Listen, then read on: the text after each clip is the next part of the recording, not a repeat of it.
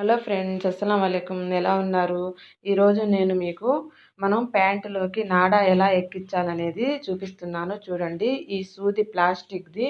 ఇది మార్కెట్లో దొరుకుతుంది. జస్ట్ 20 రూపీస్ మాత్రమేనిది.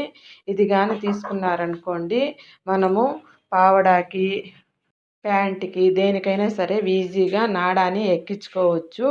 ఇది పిన్నిస్తో ఎక్కించామనుకోండి, సగం దూరం ఎక్కించిన తర్వాత పిన్నిస్ మధ్యలో ఊడిపోతుంది. అలాంటప్పుడు మళ్ళీ మొత్తం రిటర్న్ లాగాల్సి వస్తుంది.